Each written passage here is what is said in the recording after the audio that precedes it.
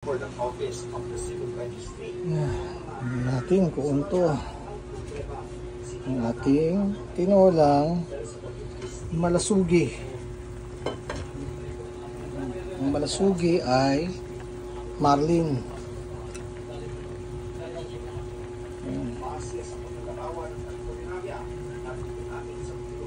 Ang marlin do swordfish. Panga.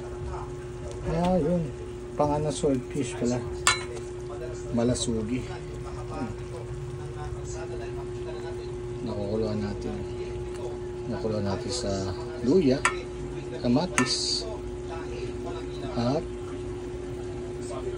sibuyas, bawang at maraming ginger. Sarap. Ibang-iba yung lasa. Kita. Sarap.